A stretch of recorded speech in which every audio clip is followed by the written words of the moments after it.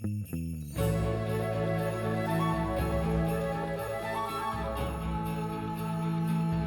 and welcome to the Total Clarity Podcast. I'm Jessie Hyatt. And I'm Mike Varley. And this is our 39th week walking. Yep, and that corresponds to 3 out of 4 seasons of the year that we have walked through. Hot damn. Hot damn. Not only does that mean that we have walked through 3 quarters of the year, this is also the week we would have ended had there not been a pandemic. Yeah. We originally were going to start this project on March 21st, which would have been the first day of spring in 2020. And what happened on March 21st, 2020, or a week before? It had already been happening for a little bit of time, but basically New York City closed down, and we decided to close down the project with it. Yeah. So we were going to have a week before we started party on March 13th, right? Or 14th. And then the day before that was the day that the entire city shut down. And we all sort of realized that this was going to be a real thing. And I think by the 21st, the day that we were going to start walking, we definitely realized this was going to be a real thing. But it wasn't until much later in the summer that we realized how real this was. That's right. So, I mean, we lived through this. You all lived through this. We don't really need to rehash all the details, but it is kind of crazy to be 1 year out, not only from, as everyone has been saying, from the start of the pandemic, but for us personally, the day that we would have started this project and that we had planned for so long to be the day. That's right. So this week, we did a little bit of a switcheroo for our walks. We ended up taking our Loose Ends Manhattan walk, which was going to be our last walk in the month of March, and we moved it up so that it would correspond with the last week of the season of winter. Right. And so that entailed, as far as a route, walking through a big chunk of Midtown, going down the streets of the 40s, because we hadn't gone down the streets. We'd gone up the avenues, but we hadn't gone down the streets. And then also a big chunk of avenues on the Upper East Side between 59th and 110th, basically paralleling Central Park. So we're going to have a little bit of footage that you'll see. We thought it would be fun because this week also happened to be St. Patrick's Day week. On Wednesday. And St. Patrick's Day is typically a big day in New York City. Last year, of course, it was totally shut down. This year, somewhere in between, I guess you could say. And I had mentioned to Jessie, I didn't really realize how many Irish bars there are in Midtown. Yeah. I mean, I knew that there were Irish bars in Midtown because when you look for a bar in Midtown, that's all that shows up. But like, I guess I'd always just thought I was going to the same one because they all kind of look the same. Yeah. But there are a lot of Irish pubs in Midtown. Yeah, when you take a walk along every street from 41st to 49th, you realize that all those Irish bars are different. Yeah. And yeah, we kept walking by them and I would think, oh, I feel like maybe I've been there once. And then I'd see another one. Have I been there once? Or have I been there? And like, I don't think I've been to all of those Irish bars. I've definitely been to at least one of them. Yeah. Maybe like 5 of them. Yeah. But I don't really know. They're all basically the same. Yeah. So you'll be seeing them throughout the episode. It didn't really seem like there was a lot of activity. I mean, it didn't seem. There wasn't a lot of activity until we got towards the end of the walking day, which would suggest to me that at night they were at least experiencing some activity. But with the city right now, you're not allowed to have anybody standing in these establishments or on the outside areas that they've set up. So there's really a limit to how much people could actually gather. Although I did see some, like by the end of the day especially, there was some, and I guess you'll all see that too. Yeah. There was a little bit of people like breaking the rules as far as that goes, just like there's 2 people seated at the table and then 2 people standing to the side. But it wasn't there wasn't any sort of like massive crowding or anything Yeah. crazy like that. Yeah. And in addition to that, because we were in the 40s, if you check out our 360 video for this week, you'll see a number of different theaters from the theater district. Mm-hmm. So it's, I think, an interesting thing to be capturing right now, because the theaters are still all plays and musicals from a year ago. Right. Nothing has changed. So I don't know if these productions are going to come back whenever we do have theater again, but it is a moment in time, even more so than normal. You know, if you think about footage that's been captured at any point in New York City's history, and you go by Broadway, you'll get little snippets that are really interesting, because not all the productions that you'll be seeing are things that are going to last the test of time. Right. You know, there's a Phantom of the Opera in there, or, you know, stuff like that. But some of the other ones are not, you know, going to be, like there's a Matthew Broderick, Sarah Jessica Parker one, which I'm sure is great. Yeah. But I don't know if it exactly holds up to the Les Mis level of, you know, notoriety. I can picture that going for centuries. Sure. Yeah. They'll have like in real life deep fake. Yeah. For both of them 200 years from now. But anyway, if that's something that you're interested in, check out our 360 video. You can see that. And yeah, we had this opportunity here. We don't have a guest this week. And I think something that we talk about a lot is the idea of to what degree we're actually talking about our project on the podcast, particularly since we've switched sometime around November from doing surveys of the neighborhoods we're walking around generally to transitioning to themes. Mm-hmm. And so with this being a milestone, you know, week, the change of the seasons, we've also walked over 5,000 miles now, which is pretty awesome. Yeah, that's a lot. Yeah. We'll get to the mileage report next week, though. Yeah, we'll This have is a week mileage report 39. forthcoming, but I do But definitely yeah, want that's a to lot of miles. note that we have gone over 5,000 miles. So yeah, we don't typically have a lot of discussion these days about what we're actually doing on the walk, partially because it's become just a part of our routine, which is interesting. We were on the Urbanists channel last week when we were doing bagel reviews. I don't know how many of you are from the Urbanist channel. Thank you for tuning in. We appreciate it. But we were speaking with Ariel, host of the Urbanist shows, after doing our bagel reviews video, and he was saying to us, you know, it'd be really great if you could play up the drama of what you're doing. You know, like you have the idea, the gimmick, you know, the thing that would pull people in, doing all these marathon walks. And it would be good to really play up what you're doing, because it is significant. And I think that it is, one, not necessarily how we've been structuring the podcast, but two, kind of difficult to conceptualize the idea of playing up the drama, because it almost seems like playing up the drama would make it harder to do what we're doing. Like it almost has to be a little more blasé about how we're going about our business, because to keep up the level of drama every day walking a marathon would be more energy consuming, you know? Yeah, I mean, I guess probably for us in particular, just as two individuals who like maybe don't typically just do that.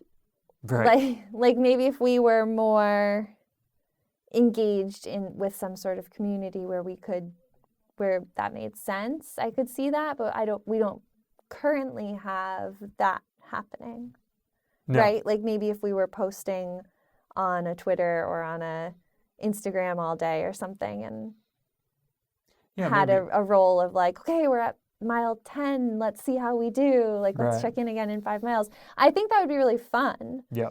But because that's not part of our routine, thinking about adding that feels like a extra thing. I think if we had a team of people helping us, it'd be easier to play the role of doing it dramatically. But right now, Right. Or if we not... had a big boom box that we could play dramatic music from. But yeah, I mean, we're going to record this, and then I'm going to spend the weekend editing this, and I just can't handle that level of drama of like 5 marathons and then editing it. It would just be too much. But we could try it right now. We've made it this far. 5,000 miles. How far are they going to go? They've said that they could make it 7,000 miles by the end of the year. I think I'm at my breaking point. We've met Mike. We've met Jesse. They've been walking for 9 months. 195 walks. They have 3 more months to go. Will they make it? Find out next week, and the week after that, and the week after that, until June 20th. Well, if that worked, good. If that worked, find Was out. that dramatic? Let us know in the comments will below you if put that some worked. in post?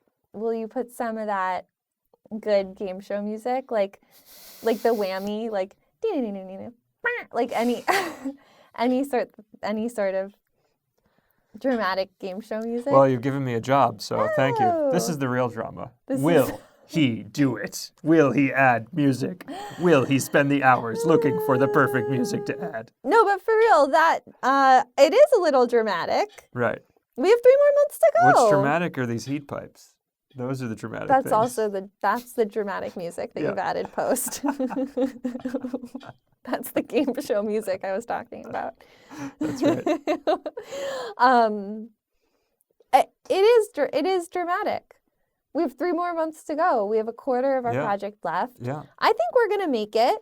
I'd like to think so. Yeah. But that's part of it too. You don't want to get too high or too low here. We don't know. There's still Anything 2,000 miles that we're planning on walking. Anything could happen. Anything could happen. Yeah. That's the real drama, is the unknown. Well, sure, yeah. Anyway, the idea here for this week is that we get an opportunity to do a little recap on what we've been doing. Yeah. So we have 2 ideas in mind.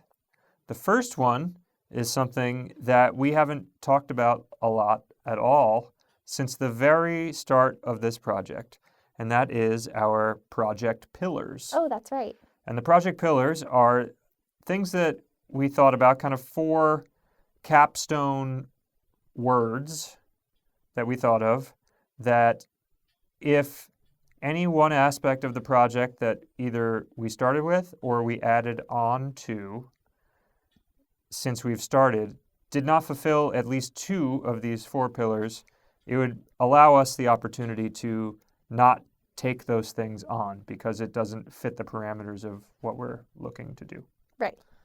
So Jessie has it pulled up on her phone now, and we're going to read them off for you. Okay, so the acronym is PCCC. That's right. PCCC. And let's list the PCCC first, and then let's describe it. So it's physicality is the P. Yep. Companionship. Yep. Communication and clarity. That's right. So that's PCCC. Mm-hmm. Physicality, under there, our bullet points are a physically exceptional act that utilizes our current life circumstances. Yes, which, of course, is the marathons. 5 marathons a week for 39 weeks now. That's the marathons, I agree. Yes. I'm not sure what our current life circumstances that are being utilized are. I think we meant like that we're healthy, able to do this, able to afford it. Yes. Living in New York where we want to do this project. At the time that we thought of the idea, it meant saving up money and making the space in our calendars to do this for a year. And this was before COVID we wrote that. But I still think that it's even more relevant. It honestly is kind of more relevant. Yeah. Because we don't have any social things to do. We don't have any other places to go. We're not going on vacations. We're not going even more relevant. And Jessie has said even as late as this week, when reflecting on some of the choices that people in our immediate group of community, as well as the larger world, the decisions that have been made, thinking about how maybe some people's problems would have been lessened or removed entirely if they had just spent more time walking outside. Yeah, no, I think I said I wish everyone knew to walk. Right. Yeah. Or could take the time or would take the time. Because, Yeah. I think there's something, especially during this time. I mean, I'm not by any means going to say that I'm like the epitome of a stress-free person or anything, but definitely experiencing less stress Right. and less emotional pain and anguish from doing this walk than I think I would be not doing this. Yeah. And even just on the days when we're out walking. Yeah. Anyway, so moving on. Yeah. The next one under physicality. Mm-hmm. By the way, you can check these out. I'm sure I probably already flashed the graphic for this chart, but you can check them out on our website as well. Right. That's where I'm reading it from. Yeah. It's on the About page or About tab. So the next one is an exploration of our body's potential. Yeah. I think that one's pretty self-explanatory. Yeah. Also the walking. Yeah. A deepened understanding of our body's communications. Yeah, Yeah. that's true. I mean, yes. How so? I would say that we have had the opportunity to watch our bodies go from struggling with this process to accepting it, and then finding out that the body can actually normalize even really extreme things like this. Yeah. I think also it's really related to what you just said, but something like the levels of pain or discomfort that I might be experiencing throughout the day. Like one level of pain is just kind of my body being like, I'm a little tired. And like maybe that means I need to get a drink of water, or maybe that means I need a granola bar, or like maybe I just need to ignore it and it'll go away. But there's like sort of this like easy thing. And then there's a different level of pain that means that I might need to stop and stretch or like sit down for a second. And then there's another level of pain that I don't think I've felt and I hope we don't feel, but probably that would communicate like there's a real problem here. Yeah. So I think just even that, like recognizing that my body's telling me something and that it's not all like, oh, I have to stop. My foot hurts, but it might just be that maybe I'm tired in another way. Maybe I need something to eat. Yeah. So the next bullet point under physicality is routine performance of the act. We're definitely doing that. Yes. Yes, we've accomplished that so far. Yeah, that's pretty obvious also. A prioritization of long-term body health. Yes. I mean, there hasn't been any time where we've tried to walk through something that seemed like it would be detrimental long term. No, that's true.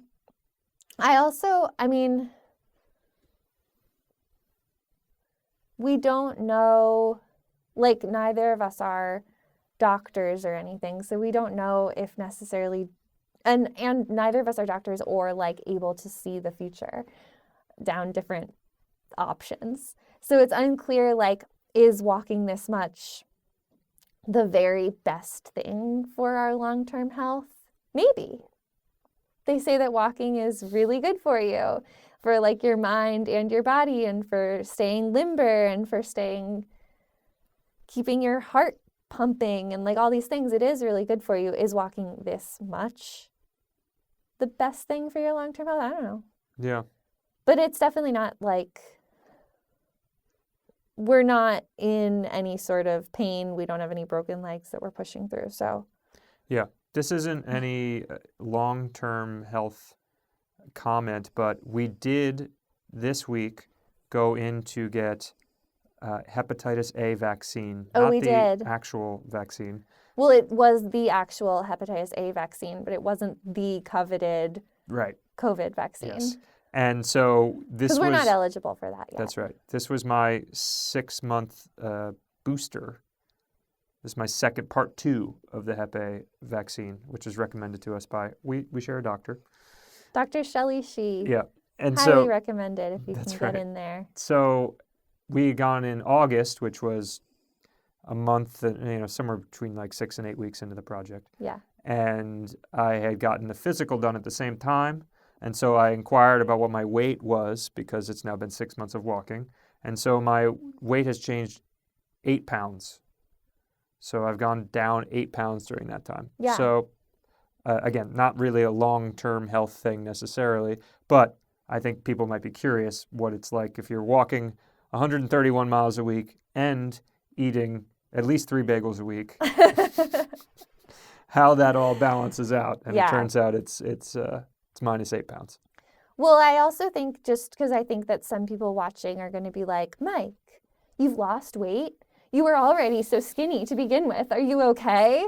And like, first of all, please don't comment that. Like, we're both just going to be like, oh, I'm fine. But it's all in my calves now. You do have really strong calves. But I think just from like seeing you, you're not like, it doesn't seem like you've lost weight in any sort of like bad way. It seems like maybe you've just lost whatever is sort of little bits of excess there was. I don't know. Yeah. I thought it was just interesting to share. It's and also, I wonder, It's interesting. I mean, I kind of wish that I had gone the first week because I wonder like 8 weeks of walking probably shed off whatever like the most lowest hanging fruit was. And That's it's also a good point. There probably was some. Yeah, and that's 3 months of like the hard quarantine too. Yeah. That would have been, hard. Yeah. At play. It would have been what at play? Yeah, I mean that would have been March 20th to June 20th or something when we started the project, which was the most like sedentary that we would have been. That's a good point. Yeah. Well, but anyway. You didn't. Yeah. So anyway, go on with the physicality. Well, that was the last one of physicality. Okay. Yeah, I mean, I would say that all of the boxes have been checked with respect to that. I mean, I don't know if there's really any other physical act we've taken on during this project duration. Like it's been mostly the walking, obviously. I think it's just been the walking. We'll get back to this in a second, but I also just want to say that you visited a physical therapist before starting this. That's correct. Who, just in speaking of long-term body health, he did like sign off on this. He did. Yeah. No, he was very supportive. Yeah. Insofar as, I mean, I'd only met him once and he was like, yeah, that's possible. And I was a little concerned when I met with him that he was going to be like, oh, don't do that. Yeah. That's a bad idea. But Yeah. he had no. No, he was like, this is fine. Yeah. You're going to be fine. Yeah. And like wear supportive shoes kind of thing. Yeah. He also, when I met with him, said that he would be interested in being on the podcast. So maybe one day. Oh. Maybe one day we'll have him on. Yeah, we should talk to him. Yeah. But you asked one other question and then I said that.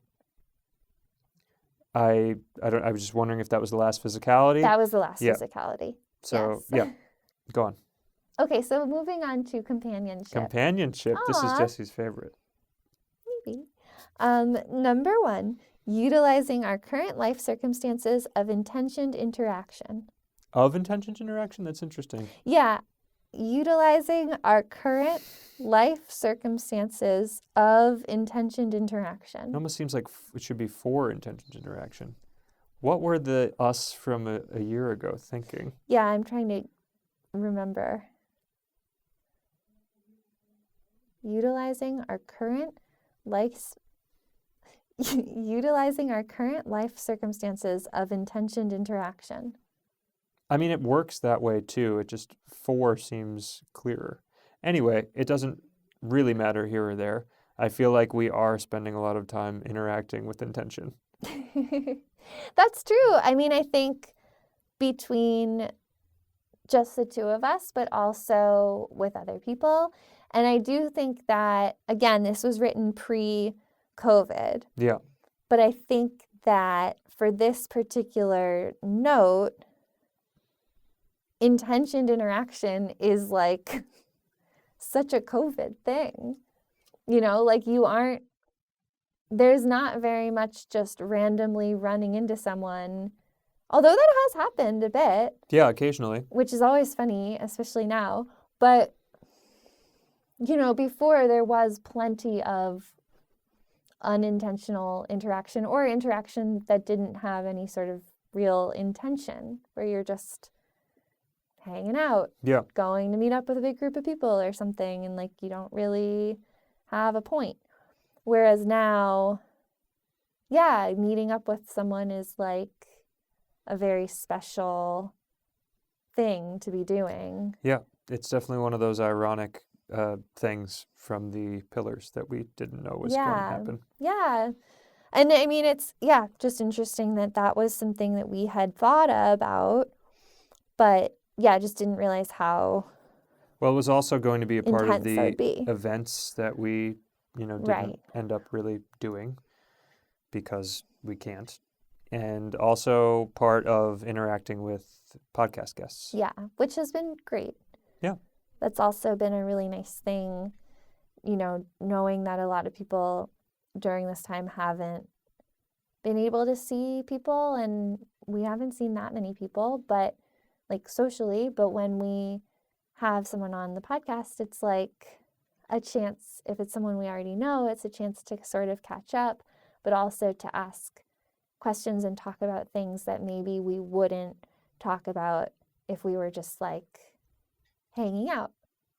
Yeah, I mean, we've been very fortunate that we were doing this podcast as well, because it allowed us to have the types of interactions that a lot of people haven't been as fortunate to have, because their main experiences right now are working from home and working with the same people that they work with, or just seeing the same people that they see all the time. Right. And thinking that, and a lot of things, have had to happen outside, which obviously we've done, but probably thinking oh, I don't know if I want to meet up with this person that I don't know all so well to sit in the park in 25 degrees, which normally I probably wouldn't have done that either, but right.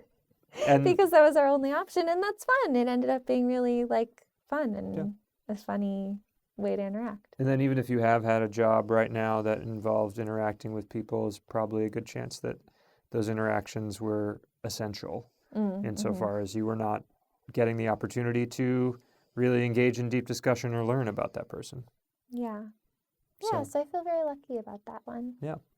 Yeah. So next, unless you have anything else to say about that. Okay. Maximizing, this is funny. This is after what we just talked about, maximizing physical proximity for shared understanding potential. Well, unless that means maximizing physical proximity, maximizing the distance. Well, that is specifically about us. Just the two of us, and that's allowed. And I think that a lot of the ones that we're probably about to read are geared towards our personal companionship. Yeah, I but think of you're course, right. The word can apply broader depending on how we, I guess, feel about it right now. Yeah. Well, then in that case, it has also been accelerated due to COVID. Yeah. That our physical proximity has been maximized. Yeah, I'd say so. Yeah. For shared understanding potential. For shared understanding potential. Yeah. That was the idea, that we'd spend a lot more time together and understand how each other thinks and acts, and utilize that information to feedback loop, to have it be closer. I think that's what happened a bit. Yeah. I mean, I don't fully understand you, nor do I ever expect to, but I think, just spending so many long days together, physically exerting ourselves and being out in the world, I think there's even more funny little phrases and ways of speaking and noticing the little differences. Yeah. Well, I think maybe one difference I would think of for how we set it up there, or what I guess I personally envisioned versus what the reality has been, is these these points were identified, come up with in the context of these long-distance walking trips we had done. Walking the length of Vermont, walking from San Diego to Los Angeles, walking from the Pacific Coast to Olympia, Washington. And in all of these instances, it comes under the context of vacation time and taking a break from what our normal lives were. And I don't know to what degree I personally anticipated any of that would carry over or not, but I do think that whatever percentage I thought would carry over was less than what actually did carry over, because, does that make sense? So like, oh, okay, yeah, I think so. So you thought that maybe not very much would carry over. No, I thought more would carry over in the general disposition of how we handled things than actually did carry over. Oh, okay, that's opposite So, what which is to say that, maximizing shared understanding, is that how we phrased it there? maximizing physical proximity for shared understanding potential. Shared understanding potential, for me, kind of, I would have thought, would have manifested in the context of like vacation time spent together, which is like exploration and wonder and fun. And that is certainly a part of what we are doing. But particularly as we've now gone further into the project on our revisiting areas, this is a great example. This week, we ended up finding a spot that we hadn't previously. We found a dead-end spot around Sutton Place based on Jesse's insistence to go down there. And it overlooked the Queensboro Bridge, and it's just a little park. It's like a terrace park. Yeah. And it was really cool. We'd go back again sometime, and there was definitely like a shared sense of wonder that accompanied that. But most of the time, it is us walking on paths that we have already gone through in some respect, and we're noticing differences perhaps, but it's not an exploration level. It is a more day-to-day level. And so the maximized shared potential or shared understanding in this instance is more like a day-to-day shared understanding and not like an exploration shared understanding. Yeah, I think I'd agree with that. Which leads to like fights on the street openly, which is fun. It's not new. It's not, but that wouldn't happen on the like vacations really in the same way. I mean, we definitely fought on the vacations, but not in the same way that we fought on the streets of New York at this point. Yeah, but also, like, I feel like the day-to-day, like, fight type thing that would happen now also is often resolved a lot quicker. Or, like, it's like maybe we're kind of mad about it all day or something, but we're also like in the middle, we're like, wait, hold on, look at that, that's cool. Like, like we can get back to this. Right? Do you agree with that or no? Yeah, sure. I mean, which I do feel like is like, there is a shared understanding that like this fight is ultimately silly, and we're also like, because we're taught, it's like a lot of times also about some like insane like detail that we just wouldn't have even gotten to if we were spending like the normal amount of time with each other, where we're like, yeah, I agree with that. Yeah, totally. What did you say? Like tomatoes are a fruit. Right. Or like, well, that excuse me. No, but like, yeah, like, you're calling that mint green? Whereas normally maybe we would have had that conversation and just thought that we completely agreed on some point that one of us was making, because we wouldn't have gone into it so granularly. But because we're spending so much time together and just have 10 hours to just chit chat, like, either one of us at any point can just be talking for 45 minutes about something, and you're like, yeah, Totally, totally. We spent 2 hours today dissecting Coming to America, the sequel. Coming to America, I can the tell number you, 2. Yeah. the review of that movie is, it is not worth talking about for 2 hours. But we managed to do it. I don't think the movie itself was even 2 No, hours. no, we talked about the movie longer than the movie was. Yeah. But that gives you an idea for the level of granularity we have in these conversations. Right. So I think all of that fits under this maximizing physical proximity for shared understanding potential. Sure. Next, let's hear it. combining concerted effort for a mutual goal. Yeah. We were just fighting about this today. Yeah, we were a little bit. That's why I'm silent. The bottom line is, it's less about sharing whatever the fights are. I'd certainly be happy to, but I don't want to derail the podcast too much. The bottom line is, we are trying to figure out what the elements of sharing responsibilities on the projects are or are not. You know, the podcast, what responsibilities are whose, the social media, what responsibilities are whose, the walking aspect, what responsibilities are whose. Yeah. I hope that's right because I said it 3 times. You did say it 3 times. If it's not right before, it's right now. Yeah. And also with Jessie running her dye studio, how the needs of that come into conversation with the project. Right. And how much that is something that takes my energy. Yeah. And then how much of that energy is able to be taken, like how much is it my responsibility to also be saving enough energy for this project? Yeah. And not completely letting myself get drained on it over there. Yeah. So combining concerted effort for a mutual goal. Yeah, I mean, I think even with all of that, what you just talked about, it definitely is still combined effort.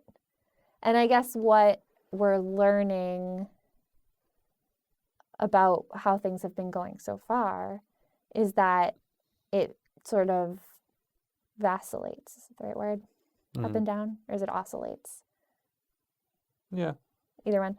It moves depending on the week, month, season. Yeah. And how much energy I have and how much energy you have. It sort of shifts back and forth, I think. So I think we have been combining concerted effort this whole time. We have the mutual goal, but there have been some times when it's like the combined effort is coming more from you or more from me. Mm-hmm. But we're still giving basically everything we have in energy. Yeah. Towards that goal. Yeah, I think that makes sense. Yeah. Next. Okay. Is this companionship still? Yeah, there's 2 more. Okay. Sharing needs, aligning needs. There's a comma there. Sharing needs, comma, aligning needs. Yeah. Yeah. Yeah. I think that's happening. I think that actually relates a lot to what we just talked about too, because especially the last month or so when I had been super busy with my other work, there was a sharing of needs from both of us. I had things that I needed you to help me with, and I had things that I needed to do that were not related to this job, this project, that were related to my job. And I shared those with you, and you aligned yourself to help me. Mm-hmm. And then there were times when you felt like I wasn't giving enough energy to what we were doing, and you shared that with me. And then I realigned to try and meet that. Right.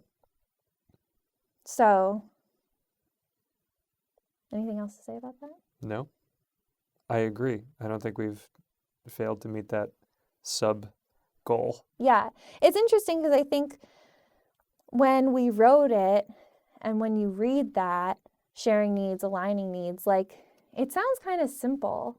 It's like, okay, so you're going to like share what you need and then you're going to like make it happen. Yeah. But I think in practice, well, I think with practice it gets easier, but I think in practice it is not super simple. Yeah. Even being aware of what it is that you need and then being able to vocalize that. Yeah. And then being the receiving person and being able to hear that without freaking out. Yeah. And like align. Yeah. But Well, yeah. That's why it's written down.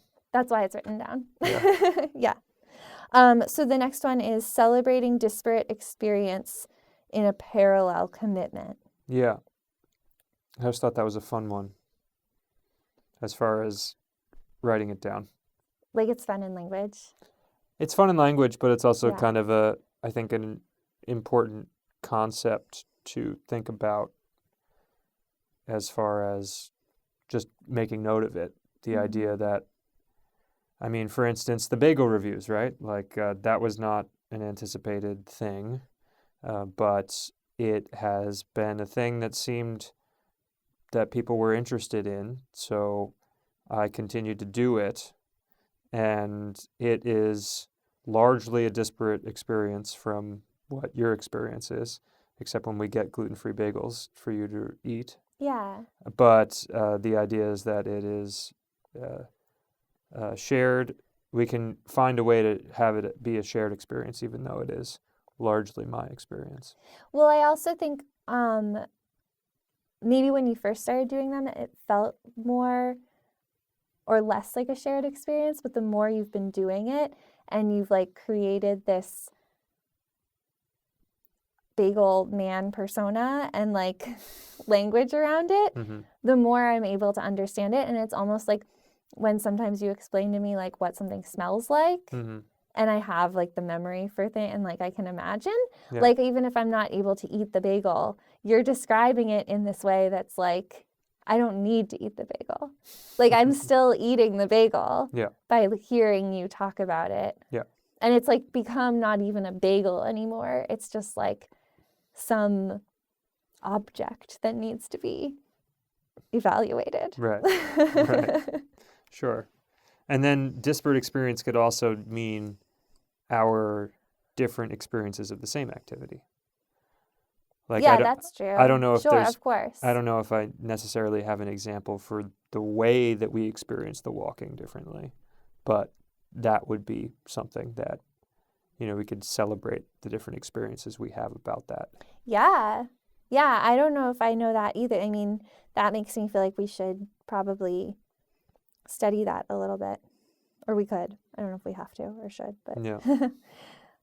that could be a fun thing to study though, like, because I don't know how you experience the walking. Right.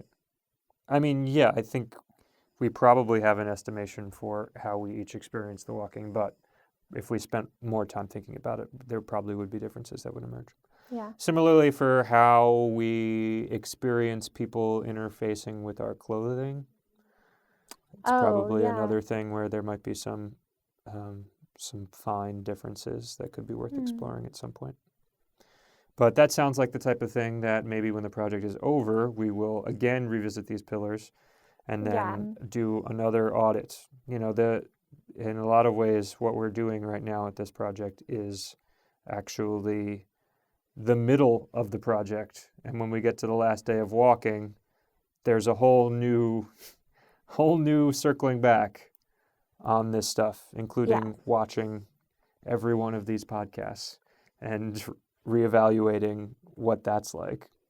That's going to be my job, as you can see from her face. Don't worry. I'm on it. That's a disparate experience. Yeah, that's a very disparate experience. All right. Was that the last one? That was the last one Great. for companionship. Let's move on to communication. Expression of experience in a benevolent manner. Yes, that is, you're confused by that? I remember what it means. Please. It is, it kind of taps into how we were thinking about doing social media stuff and how we're thinking about doing what we're doing right now, the podcast, the idea of if we're going to communicate anything, we try and do so in a manner that is positive and contributes to the world rather than further muddies the experience that we're all having. Yeah. I feel like, I mean, in addition to, or just like to clarify positive too, I don't think like, not like fake, like if something wasn't good, like we will say it's not good. I mean, you know, but like genuine and honest. Yeah. And like, yeah, not trying to be a jerk. Yeah. Yeah. And I think we've done that so far. There may be things where we've unknowingly contributed negativity. Sure. But by the virtue of that definition, we haven't known it. Yeah. Yeah. So. Yeah. I think we've done a pretty good job of trying to be like that. Yeah. Next is expression with meaning and principle. Mm-hmm. That seems similar. Benevolent versus meaning and principle. Yeah, I mean, one is be positive, and two is have either a message or a purpose. Yeah. Or kind. I don't know why I'm having a hard time with the word positive right now.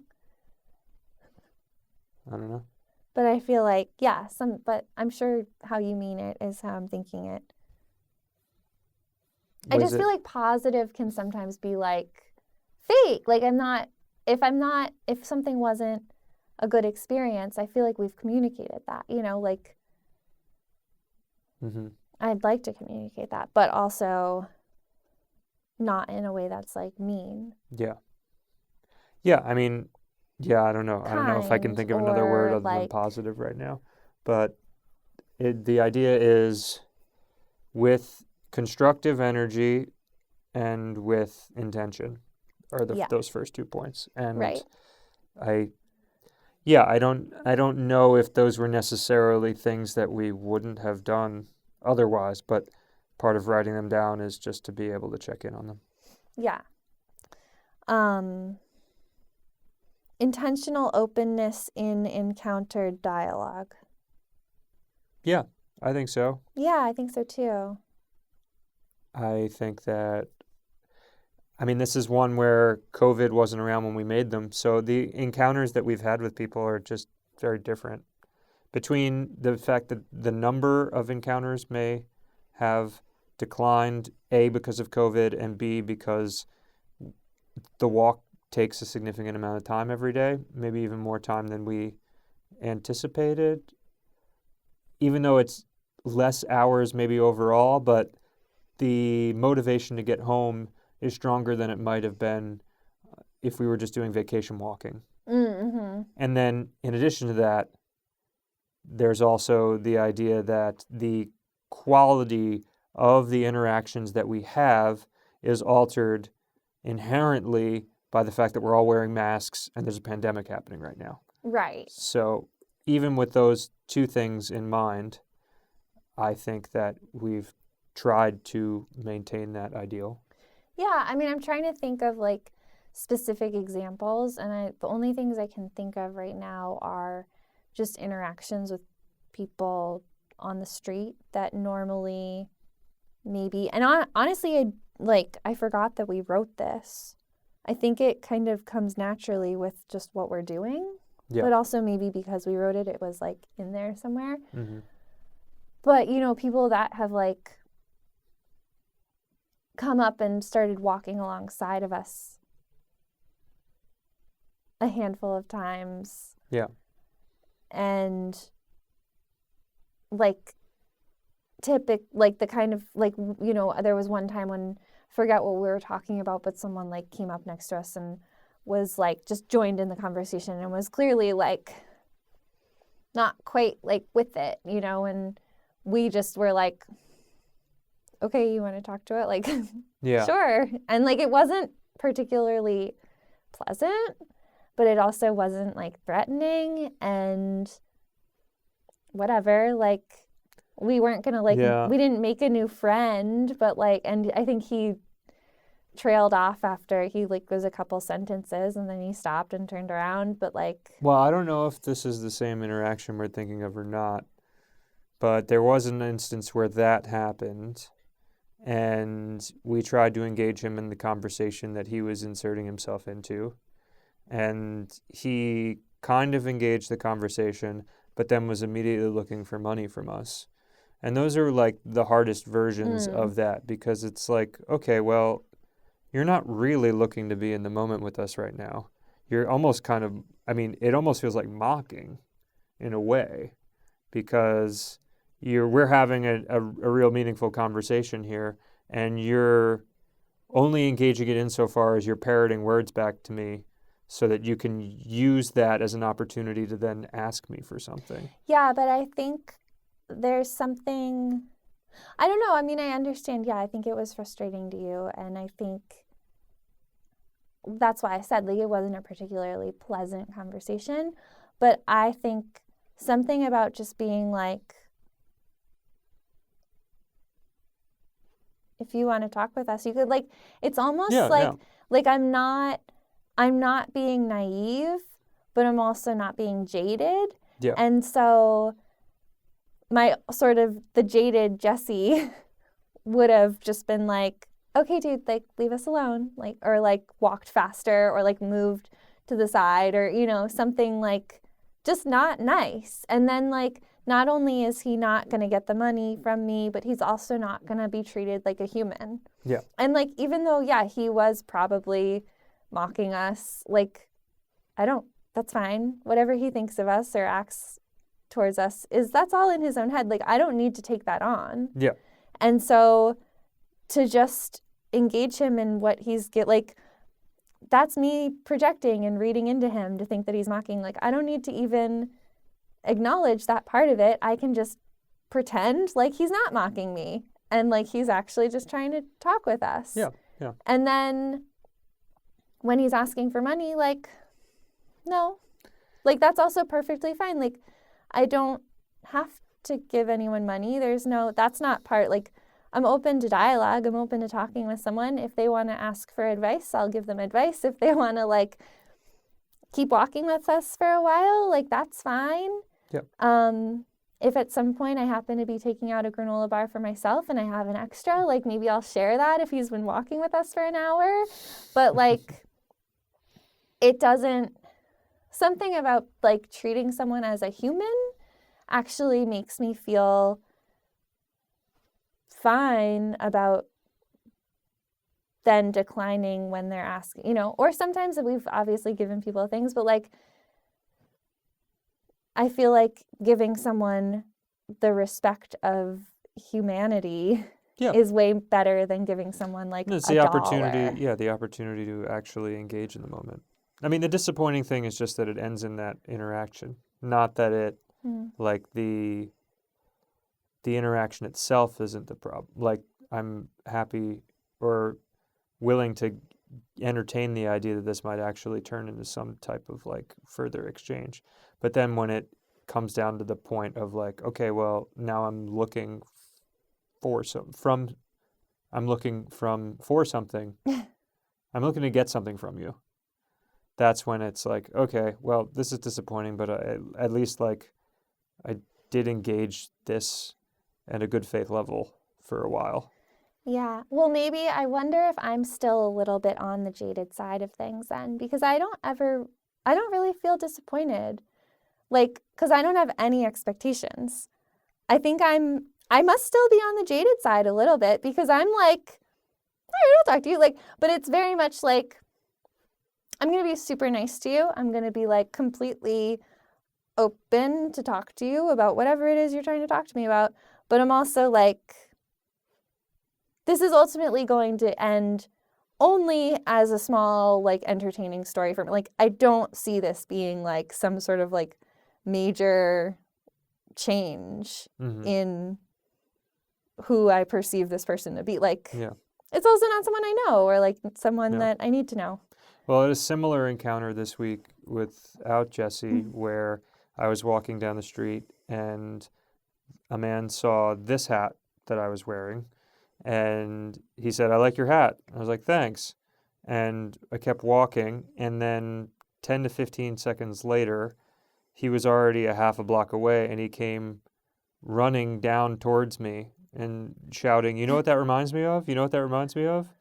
And then he was walking alongside me, and and he said, "You know what that reminds me of?" I was like, "What?" And he was like, a hailstorm that we had back in the summer." And I was like, "Oh, okay. What about it reminds you of the hailstorm?" And he said, "Oh, the hailstorm a couple back in the summer." And I was like, "Oh, okay."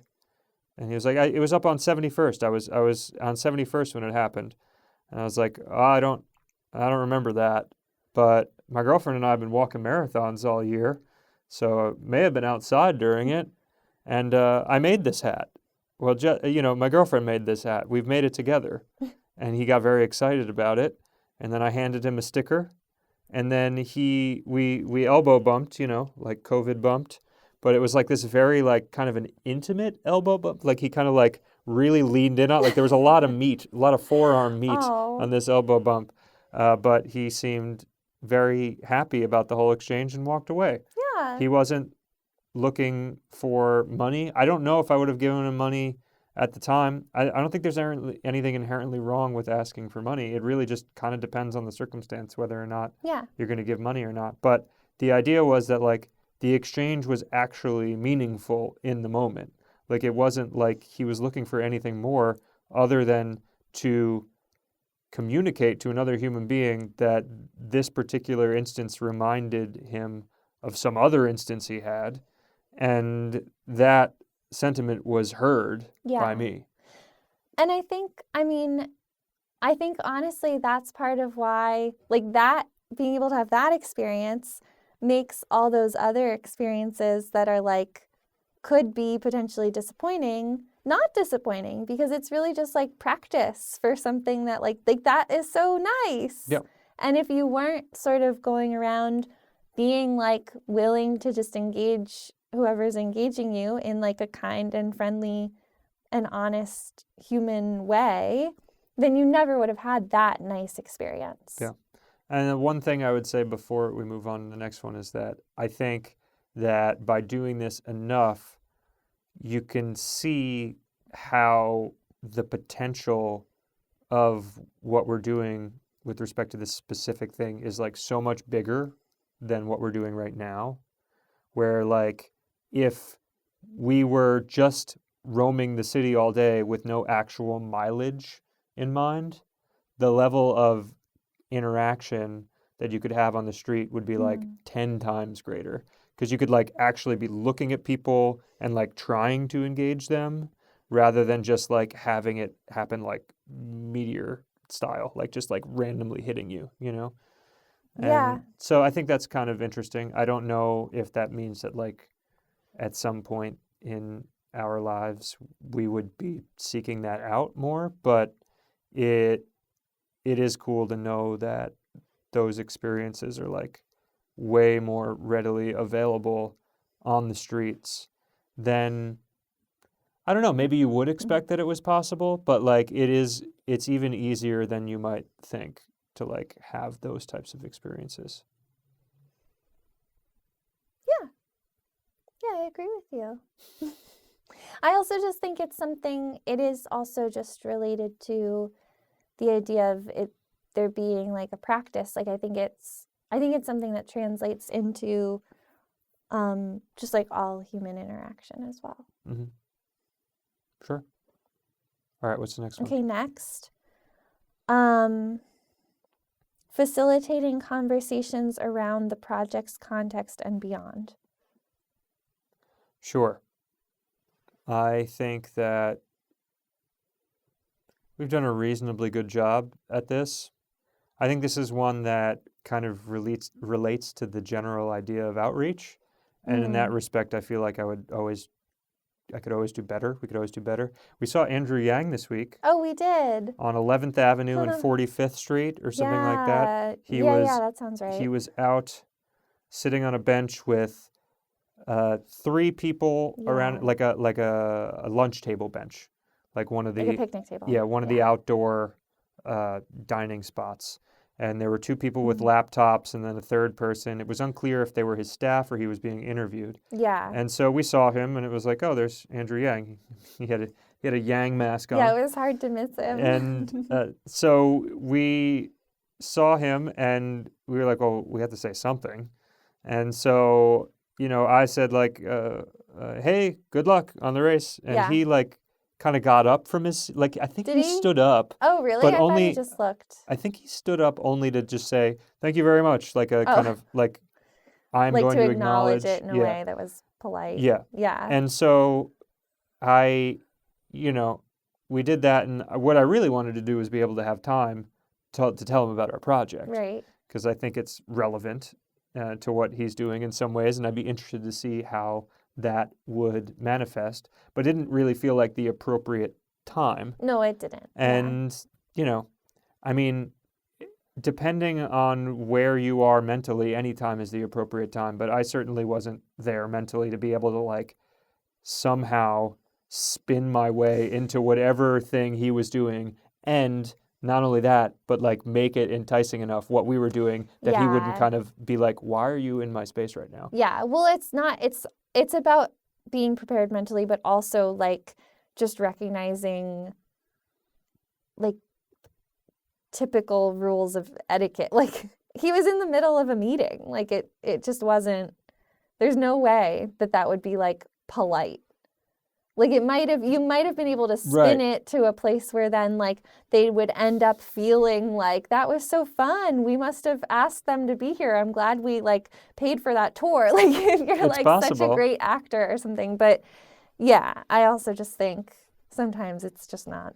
So there's that degree of handling this specific point. Right. And then there's the when you are given the opportunity naturally to have these types of conversations, to what degree are you, communicating the project parameters? Yeah. Well, it's not the project's parameters, it's the project's context. Mm-hmm. It's facilitating conversations around the project's context and beyond. Mm-hmm. So that's not just telling people what we're doing. That's also talking with people about things that we're learning during this time or things that we've seen, or like it's not specifically just saying like I'm walking 26.2 miles around New York City, but also saying like, oh, I've been walking a lot and it's helped me in these ways, or I've seen all these things, or like, Yeah. what do you feel about these things? Like, Right. yeah, I think. Yeah. So do you think we're doing a good job? I think we are. I think the and beyond, maybe as we like get through the next 3 months, I think we can probably just continue to do it. Mm-hmm. But yeah, I think especially with the outreach, I think specifically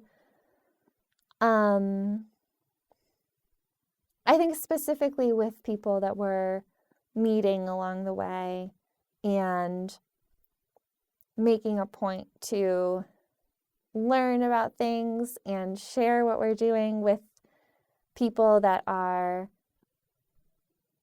also doing things that sort of are related in some way or another that we're also like inspired by. Mm-hmm. I think we're doing a good job about that. I don't know if necessarily like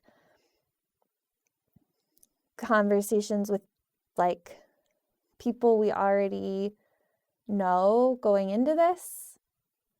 I don't know if I can judge that, like casual conversations when a friend like asks how it's going kind of thing. Mm-hmm. Like I don't know that I have a sort of template for facilitating like the parts of this project that I would like to share with a lot of our friends. Like I think I'm still probably in the processing phase of everything we're doing. So yeah, I'd say I'd give it a higher score with like new people that we're meeting through this project than maybe with the conversations that are just like general conversations with people we already know. Okay. But then we're having a podcast every week. So like, and that is, I'm sure people that are listening are both new people and people we've known for a long time. So that's also part of, I mean, I don't know what the conversations beyond like that we aren't even part of. Like maybe people are talking about it and having positive experiences and taking it and doing their own things with some of the context that we're bringing. So Right. Cool. Okay, next. Intentioned choice in medium and frequency Okay. Is this the last one? of this communication, communication. yeah. There's one more. Intention choice in Medium and frequency. right, which is to say the podcast, how many times the podcast comes out a week, the 360 videos, the social media, all that. I would say that right now the consistency is king here. This is what it's kind of gone to for me personally, which is to say there may be better mediums that could have existed for this project. And I don't know at this stage if I'd be inclined to experiment with things. I would be more interested in creating a full body of things that we've already done, you know? Yeah, well, I also think the intention choice in medium and frequency, like for this year, and as you said earlier in this meeting, you mentioned that we're almost like in some ways just like in this whole walk as a halfway point of the project where there is probably going to be a lot that we're going to do post walk. Right. And so there's going to be so many more mediums that we have. Like, I don't know that I think we have made intention choices in how to communicate for this year. Yeah. And I don't think that changing that is necessary unless it was failing in some way. Yeah. So, yeah, I think we've made the intention choice in medium. I don't think it's failing in any way that we would need to rethink it. No. I don't think that rethinking things in this sort of like when there's so much going on is beneficial even. I think just keeping it going as long as it's not like broken. Yeah. Makes sense. Yeah. And for frequency, yeah, I mean I think it's good. I think it's fine. Yeah. Yeah. Again, I think all of this stuff was, and like we did making those choices, we did talk about it a lot. And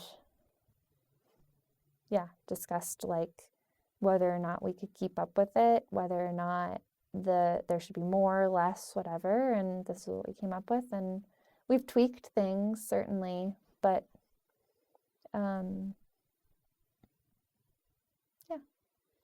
Yeah. I don't know if I think there are things I maybe would have done differently in terms of exactly how we're doing the podcast and whatnot. If it would have turned into exactly what it is now, which is I think a lot more long form listening and considerations than maybe doing something like a live stream, which we have been doing with the other YouTube channels we're visiting, which is great, and we hope that the last season of the spring will bring more of that. Yeah, those have been really fun. But I've always really appreciated this format, like the long talking podcast format anyway. So, and that was kind of what we were setting out to do at the beginning of the project. So we've succeeded in doing what we were really thinking we wanted to do. Right. And I think that the live stream for us would be really fun to play around with. I also think...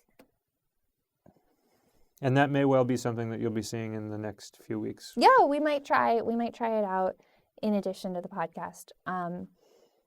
But I think, what we're doing right now makes sense. For, especially going into this, we already were figuring out, learning how to use this medium. Yeah. And so there's only so many mediums you can learn all at once. Yeah. Cool. So, yeah. Let's go on to clarity. Okay, let's move We're on gonna to hit clarity clarity. quick because we have one more segment that That's true. we want to do. Yeah, and we're getting tired. Clarity. Pursuit. Oh, clarity is also like repetitive It's and almost like a poem in clear. a way. Let's hear it. Pursuit of personal clarity. Pursuit of paired clarity. Pursuit of communal clarity. Pursuit through outward awareness. Pursuit through inward awareness. You said it was a poem, so I read it all together. Pursuit of personal clarity. Yes. I mean, I think that's happening. Yes. There's a lot of stuff that, even though it is difficult to process right now, different feelings I'm experiencing, I think that all the documentation we're doing, this podcast, the daily writing I'm doing, the photos, everything, all of that's going to contribute to some type of understanding. How much of that understanding I'm going to retain or we're going to retain throughout the entirety of the walk and beyond, I don't know. But I do think there's going to be a good chunk of it that comes post-project as well. Yeah, I think that there is a lot of personal clarity that is happening. But I also think that the objective here is pursuit of personal clarity. Mm-hmm. And that is such a nice thing because it's like a constant, like that's a loop. Or I guess it's a never-ending line. Yeah. So, yeah, I mean, I'm on it. Yeah. Pursuit of paired clarity, I'd say is, similar.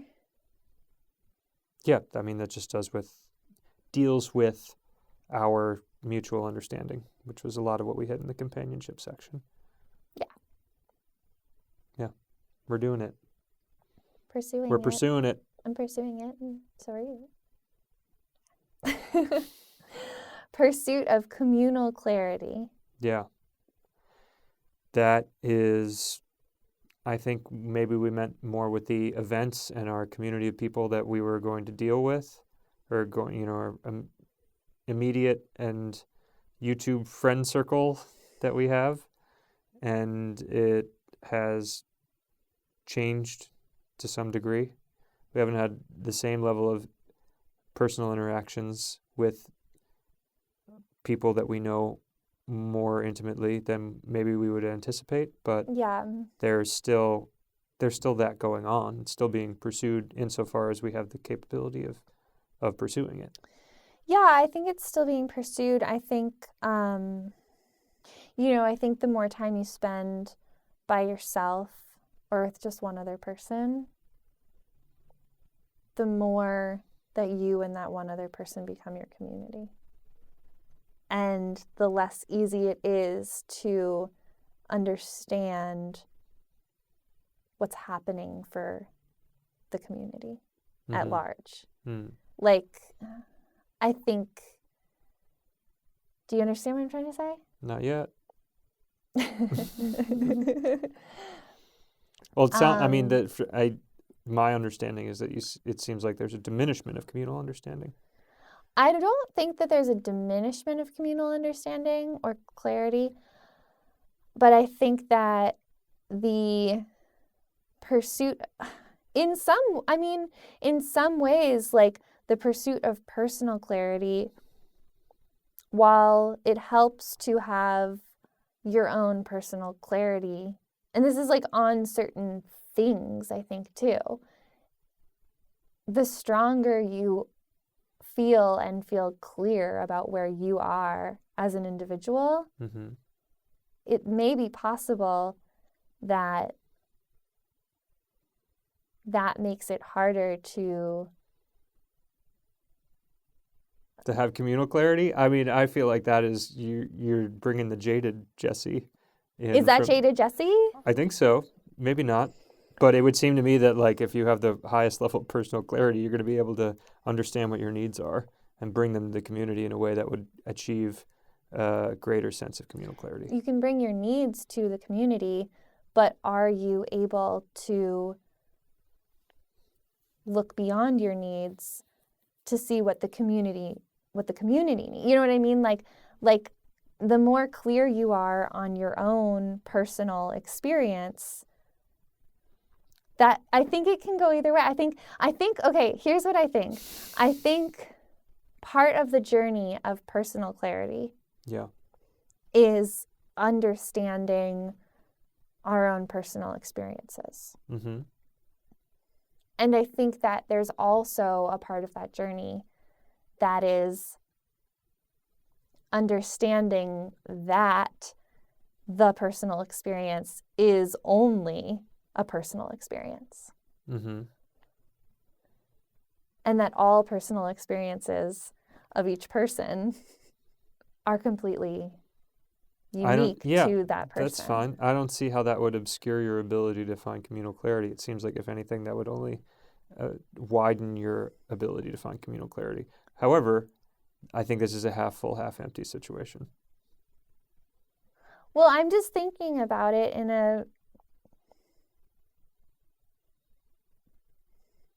I'm just curious. I'm not saying one way or the other. Mm-hmm. I would like to think that at some point you thought that they all aligned, because then we wouldn't have them in the same box. Oh, no, absolutely. I'm just thinking as we're on this pursuit of clarity, mm-hmm. I'm wondering how much they bump up against each other, and also, like, how much of it, when you're sort of trying to imagine, I guess, I mean, and also pursuit of communal clarity, it's like that can mean so many different things. It can mean like trying to understand what or how a bigger community thinks, or it could be like as big as, you know, the world, trying to solve some sort of world peace problem. Mm-hmm.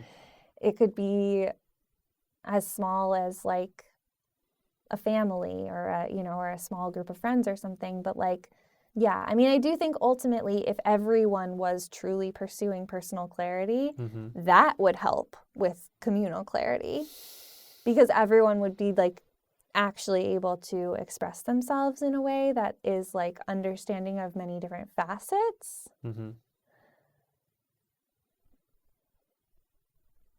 Let's move on. I don't know, unless you have more to say. I feel like I could think about this for a lot longer. Okay. Next one. I think it's interesting. Yeah. It'll have to be in the final report. Well, I think we'll just have to think about it more. I think I can see it being both. And maybe it's just that it's like personal clarity could really, really benefit communal clarity at certain points along the path. Mm-hmm. And then at other points along the path, just because like to get something clear, it like has to it has to like keep getting polished. So like at some of those, like there might be like the thing that needs to be polished still might be like an obscured vision of like what some other people mean by what they're saying or whatever, you know, and then you polish it more and then you're like, oh, I see, like I didn't get that because of this thing that I didn't understand about myself, and now that I understand that about myself, I understand what they're saying, you know, like I feel like it might change. Okay. Does this make sense? Are you following? Sure. Following? I don't know if anyone's following. It doesn't matter. It does matter because we're talking about pursuit of communal clarity. Does it matter? Please say in the comments if it matters. All right, moving on. Pursuit through outward awareness. Mm-hmm. And pursuit through inward awareness. And pursuit through inward awareness. Mm-hmm. Yeah. I mean, those are like the ways to get there. Yeah. I think so. Working on it. I'm working on it. Well, that's it. That's the PCCC. Yep. That's our project pillars.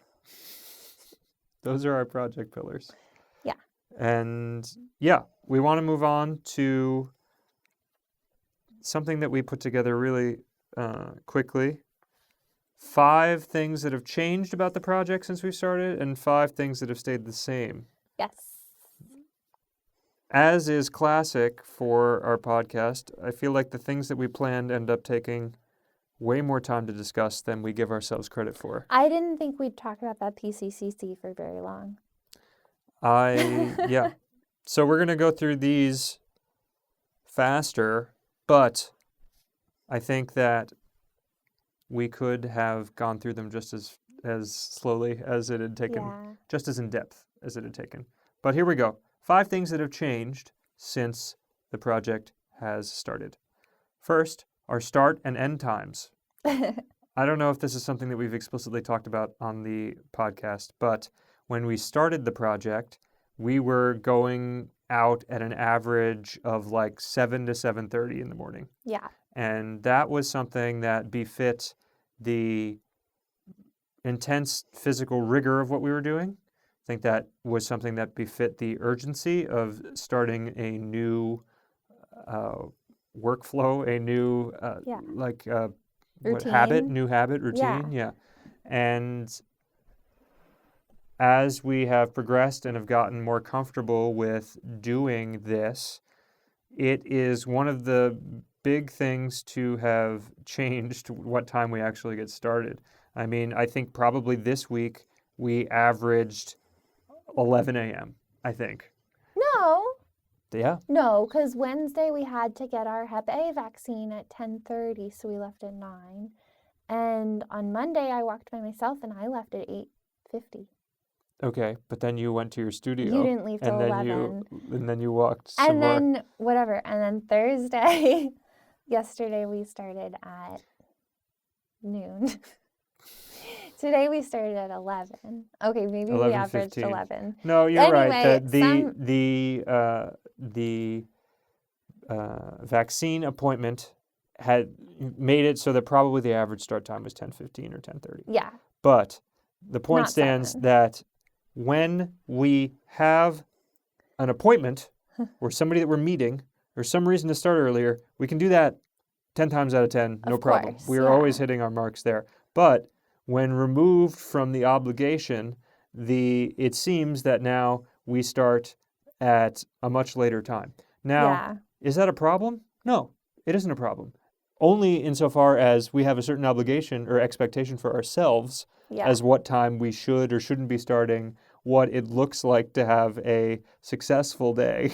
And the successful criteria has changed, away from starting at a certain time and towards making sure we finish. Yeah. Which we've done. Well, it's also just a weird, societal pressure to, start early kind of thing. You know, it's a funny thing, when we've done a podcast or met up and walked with some friends or something during the day and we have started, at 11 or noon, which means that we'll get home at, 9 or 10. And that's just, that's what it means. We realize that when we leave. But when we say that to other people, they're like, oh no, are you sure? And we're like, oh yeah, what? Yeah. I mean, what are you gonna do about it?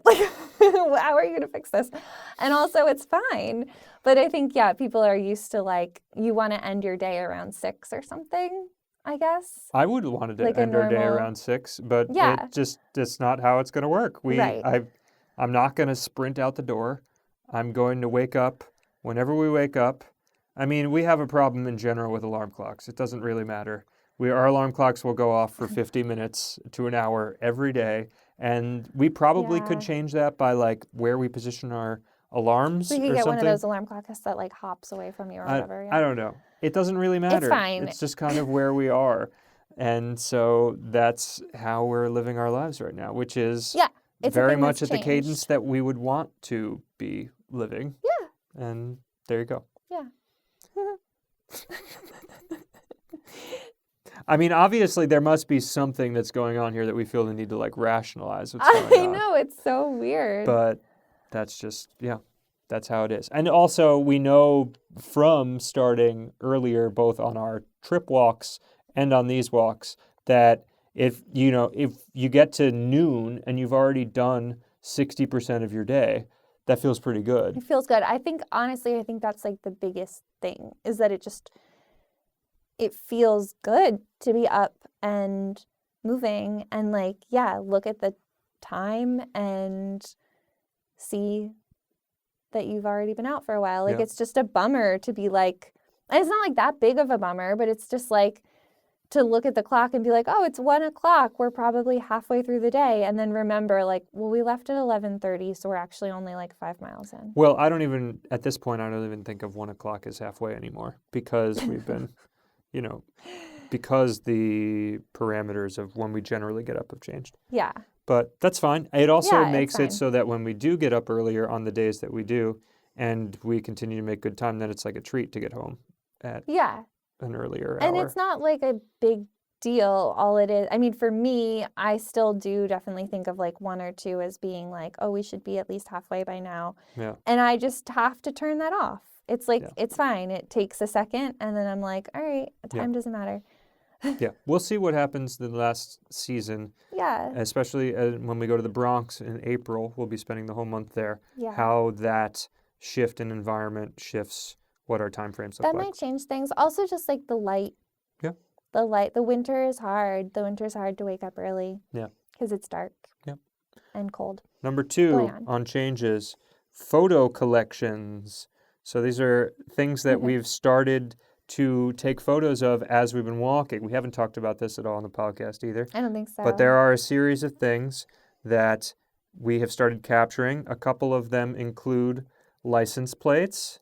Jesse has There been... are so many vanity plates in New York. It's so fun. Yeah.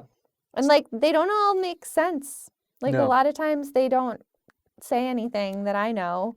Yeah. Or Sometimes one of understand, us will but- get it. Sometimes the other person will get it. Yeah. And then sometimes neither of us get it, but we still take the photo. Maybe one of Yeah. you will get it whenever we decide to present all of that information, Right. which we are holding off on for now. Right. Another thing that we've been taking photos of, I'd say since 3 months in or so, are lost keys. There are a lot of lost keys in New York City, and so we've been documenting all of them. It started when we were under the Verrazano Bridge sometime in whenever our first full month October. of Brooklyn was, which was probably I think it was October. October. Yeah. And I saw this massive set of keys, and I neglected to take a photo of them. And then usually this is how this starts. These collections start because I feel like I missed an opportunity to do it previously, and so now I have to make up for it by capturing all of them. Right. And so that's what we've been doing since then. I don't know how my license plate thing started. I think I just must have seen a really funny one. Yeah. I don't remember what, I mean, I can go back and look at some point, but Yeah. I think I must have just seen a really funny one and thought, oh, I should take a picture of that. And then like, once I did that, started seeing more. Yeah. And then at some point just started like, took a couple pictures of the funny ones and then was like, oh, well, there's so many vanity plates. I'm going to take a picture of all the vanity plates. And then at some point was like, there are too many vanity plates. I'm not taking a picture of all of them, but I will take a picture of the ones I want to take a picture of, which is Right. still like 5 a day usually. Yeah. So, And yeah, it's fun. Yeah. And this is all just in general under the umbrella of like media capture. And I would say in general, we have added to our media capture rather than stripped away from it as the project has progressed. Yeah. Although I've noticed that recently I've been taking less daily photos, but I'm not really sure why that Maybe because is. you're repeating places. I guess, maybe. I don't Like know. at the beginning, you were taking pictures of stuff that was like felt new or something. Yeah. I mean, I still Now we're take walking in photos, the but I same feel like neighborhoods. it's less. It might not be less. Mm. It just feels like less. Anyway, number 3, things that have changed are bodies on the walk. This is something that we've covered at sporadic points throughout the project Yeah. when we can, but just the general idea that from the beginning, when it was very difficult to do the walking, till now, when it is, physically akin to having worked for a full day in a job that keeps you on your feet. Yeah. Well, I think like the first time that we ever recorded a podcast after walking, Right. I remember being like, can't believe we're doing this. Like, this is crazy. I feel crazy. Yeah. And now, I mean, we walked today. Yeah. Now we And do it we as a do part it of a lot, which the Friday night recording, yeah. and we won't do that always, but like, Well, if we're not doing it at this point, it's because we're recording it during the week. Whereas at the beginning of the project, we were recording on a day off and then doing the editing then. But it's, for better or worse, I don't really know. I'm not venturing to guess at this point, but we have maximized the time efficiency by putting it on a day that we've walked rather than having it take up half of our weekend day. So right. And I am tired right now. yeah, I'm like tired too. I'm not like not tired, but I'm still able to do this. Yeah, for sure. So yeah, and our bodies, I mean, I think the bodies are one of the more interesting things. I think for most people, they're interested in it. And so we're going to need to think about it a lot at the conclusion of the project as well. Yeah. I'm hopeful that between the notes we've been leaving ourselves on the podcast, the things like this right now, although we're being pretty swift in the description right now. We are. But what I've been writing in the journal as well, and this thing here, will hopefully help us to unpack that. Because there will be some impressions that we will have at the end of the project independent of all of that, but hopefully like this data will be fresher and more informative. Yeah, probably.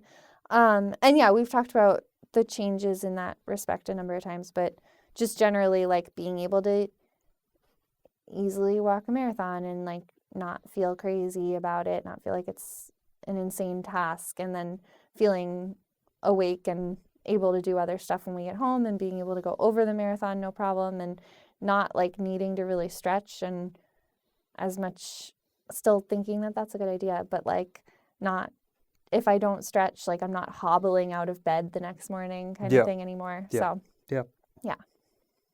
Number 4, this is kind of, they are related, but the bagel stuff, which we talked about earlier this episode, the idea that it was never a conception to do the bagel reviews, but after I started eating the bagels and then posting about them, people liked it. It is like the most accessible thing about what we're doing, which is ultimately, on the balance, a good thing. It could be also construed as a bad thing insofar as it detracts from what is really what we're most interested about what we're doing. But I think on the balance, it's a good thing because it allows an accessibility point, something that everybody can understand. Not everybody can understand walking a marathon every day, but they can understand what an everything bagel tastes like. Sure. So I think that is something that we've enjoyed and will continue to work on. And it was a surprise that it, became a thing. Yeah. And it's also something that does take up a meaningful amount of bandwidth in terms of, planning and thinking about it 3 days a week. And, I'm willing to do that. It was part of what we were talking about at the start of the project, is making sure to be protective of what takes up bandwidth and what is, even if you have the space to take things on, should you take them on? I think at this point that boat is like very far gone. So I wouldn't stop at this point, and we're going to continue to the end, but it is something that I'll be thinking about at the conclusion of the project as well, on what it means to give space to things versus what it means to have as much possible free as possible. And I think there is a correlation between our bodies being able to adjust to this act and then it feeling like, well, because I'm not feeling this level of fatigue anymore and because I have a mastery of my experience, I am capable of taking on more things. Yeah. And I think ultimately I, at this point, feel like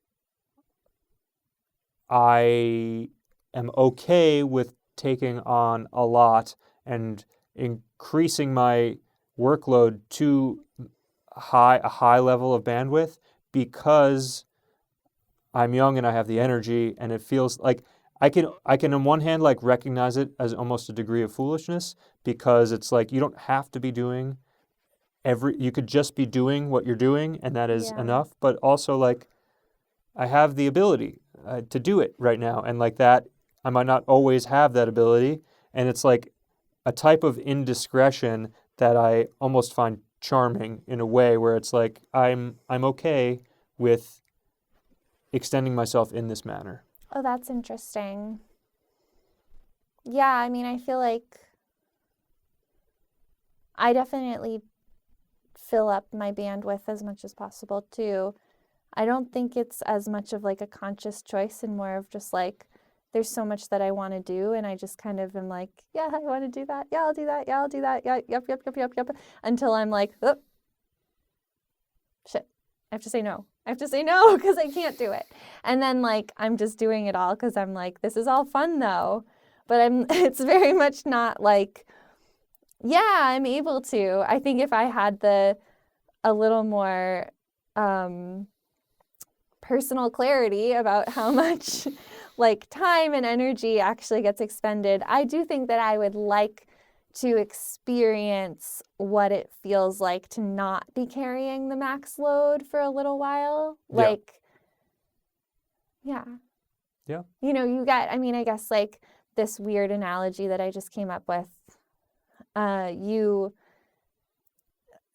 If you're working out at the gym and you're like, I can lift 10 pounds, and then you're like, once 10 pounds seems easy, you like up it to 15 pounds, and like you would never just like stop and keep lifting whatever's easy. Like you would always either do more reps or like add more weight.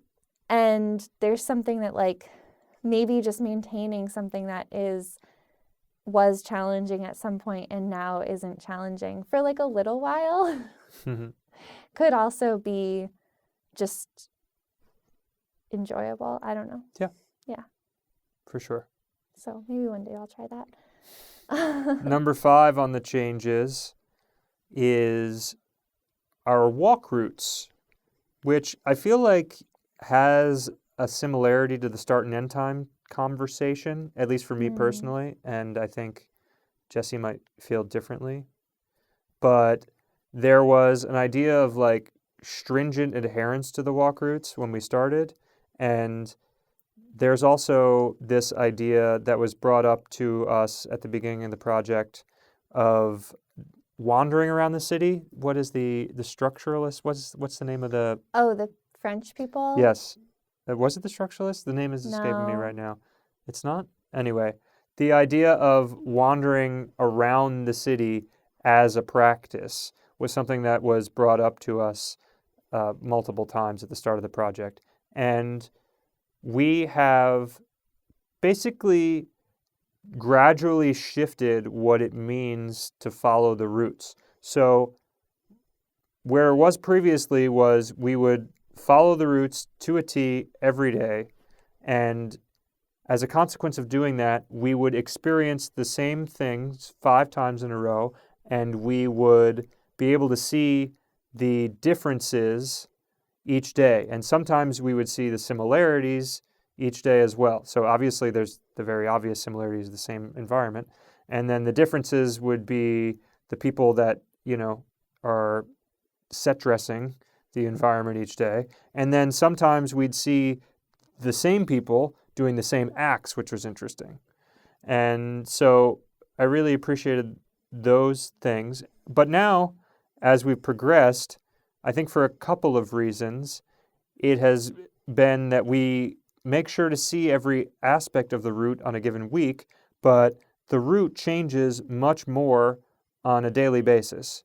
And as a consequence, we see more areas, like for instance, as we talked about at the beginning of the podcast, that terrace view of the Queensboro Bridge, not on the route, but we saw it because we wanted to walk down York Street. Is it York Avenue? It was on, we walked on York, and then we walked to turned Sutton into Place. Sutton Place, yes. And then we wanted to go to Sutton Square. Yeah.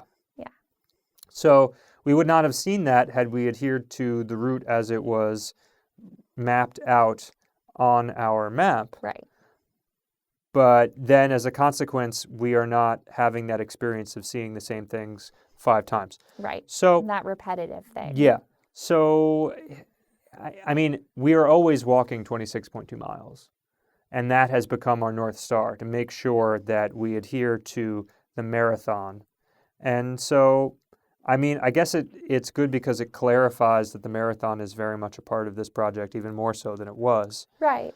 And the aspect of walking the route itself 5 times, I don't know. I don't think it's necessarily bad because it allows us to do more of the roaming and more independence. I think it's just a difference in quality rather than it is in like a difference in caliber. Yeah, I think it's just a different experience. They're called the situationists. Situationists.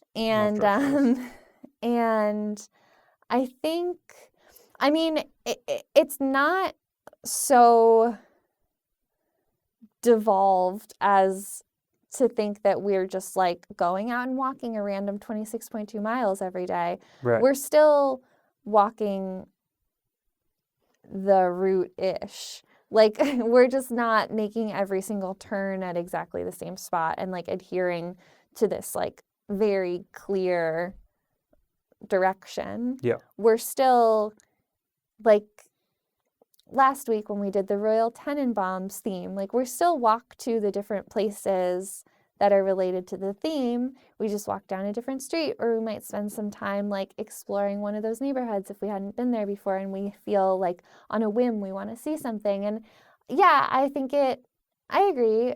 I think I agree with you. I mean, I think there was something interesting about the Monday is a fresh exploration. Tuesday, you're still kind of finding your way, but you like recognize things. Wednesday, you know your way. By Friday, you're like very comfortable and noticing all the little details. And I think there was something,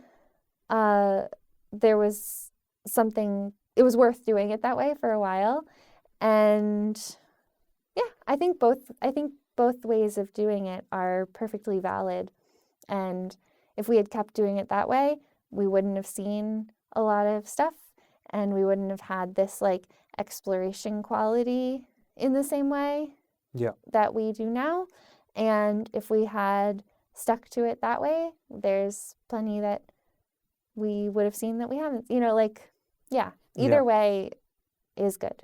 I think this just works for how we're feeling right now. Yeah.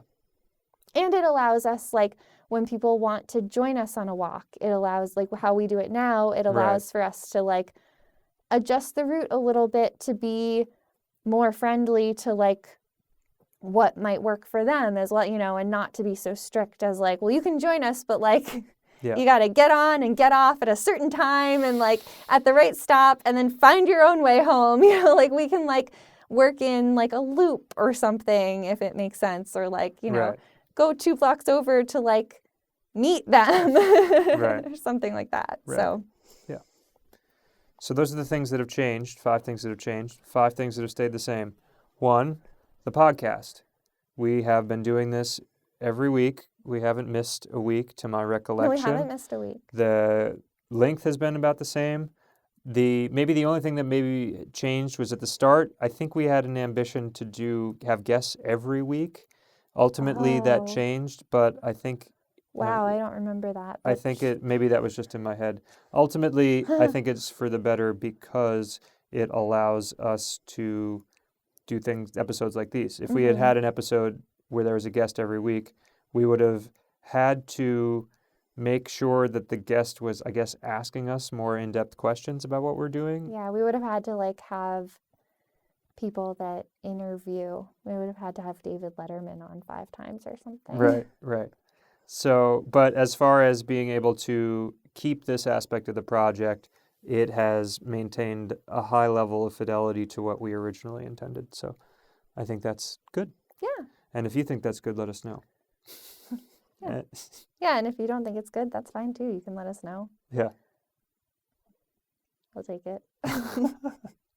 Next. Number 2, we have the Use of Force series. Now, the Use of Force series is really interesting for us to talk about because it doesn't exist on YouTube, which is really our primary platform. Yeah. And it doesn't really exist on Instagram that much either. Yeah. We started off talking about the use of force stuff on Instagram and on Facebook and on YouTube casually.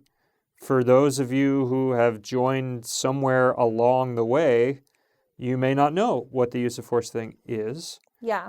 Use of force refers to a separate, shorter podcast we do on all of our podcast platforms. Right. And yeah, so it's on Podbean and Spotify and iTunes and etc. And the term use of force is something that's used by police departments. Specifically, we talk about the NYPD anytime that there is a use of force. And that would mean anything, any weapon, any animal, any physical interaction with someone that the NYPD is interacting with. And we looked at the last decade of these use of force reports. At the end of each use of force report, it talks about anyone that's been killed with a firearm by the NYPD. And so we've listed those all out. We've matched up the locations of those use of force reports with our walk routes, and then each week we discuss what happened in the incident that aligned with where we were walking. That's right. So we have been doing this for each week that we have walked, and it was in response to George Floyd's death and the ensuing protests. We felt that it didn't feel correct for us to continue this project without doing something that referenced the energy that was that moment. It probably would have been something that we could have not done based on our current climate. You know, it has died down considerably relative to that moment in time, but it still wouldn't have seemed appropriate to us to just kind of wait it out because it felt like a really important moment and we wanted to synthesize it somehow. Yeah, I mean, I also think the way I would maybe say it is that the energy that was sparked very strongly during all the Black Lives Matter protests after the killing of George Floyd was something that I personally could tell was not sustainable for me. Going to protests every day or participating in some sort of type of activism that, while I really appreciate it and I think it's really important, and I think there are people that for them that is sustainable, I think I know for myself that I'm not going to be able to keep that up.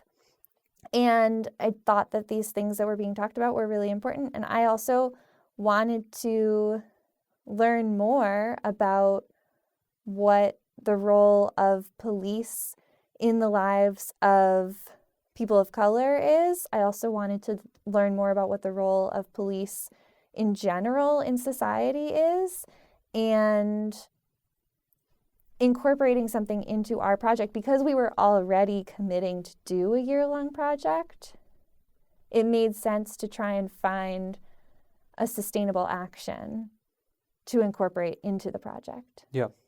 I think for me it was less about feeling like it was necessary for us to engage in this in some way, and more just that I wanted to engage in it, but I wanted to engage in it in a way that was true to who I am and didn't feel like I was just jumping on a bandwagon of excitement that a lot of people had, and energy that, again, was very important. And I'm so glad that a lot of people were doing that. But I remember people asked us like, oh, are you going to do a marathon length walk around, like, and do protests all day for the length of a marathon? And while that's like a really great idea, it just didn't feel, that felt like almost, not that we're making money, but like capitalizing on this tragic event and using other people's energy that really should be going towards fixing these issues and like getting those out, but like using it for our own personal gain. And I didn't want to do that.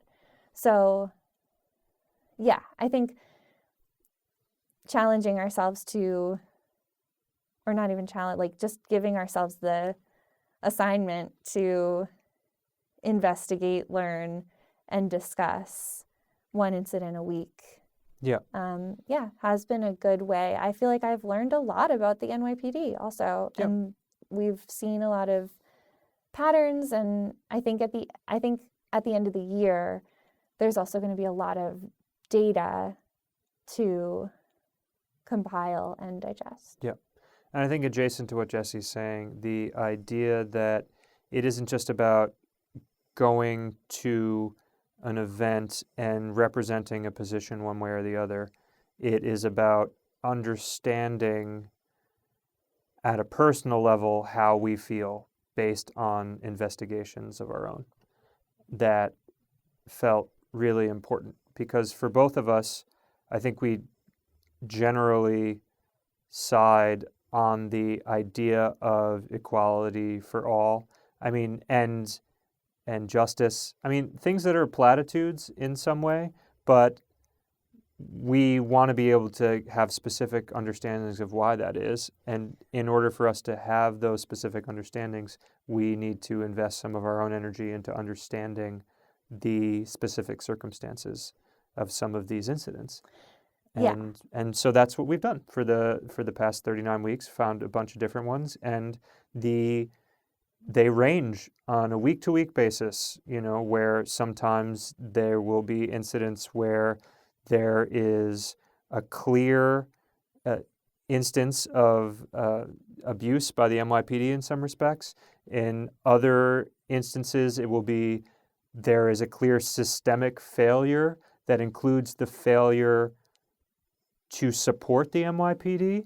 In other instances, it is a completely gray area At where, least to us, it's hard for us to understand exactly what happened or why it happened or what else could have been done or what could change in our society or in systems to make things like this not happen. And it's been very interesting. I feel like it's been very educational.